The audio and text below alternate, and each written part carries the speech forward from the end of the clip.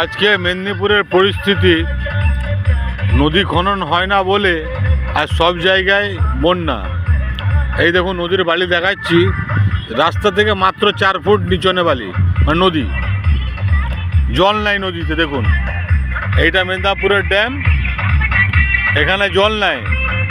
Mamata dam করে দিয়েছে কিন্তু বালি খনন করা নেই, কিন্তু পুলিশ দিয়ে বলছে বালি সাপ্লাই হবে না, কারো ভারী হবে না।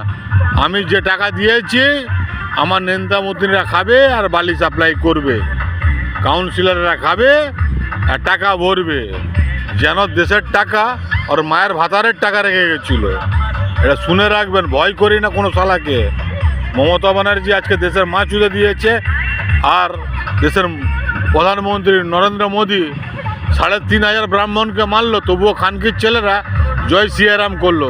তাহলে জয় সিয়ারাম করুন, কিন্তু রাম কি মাছ দিয়েছিল সেই স্টোরিটা জানুন।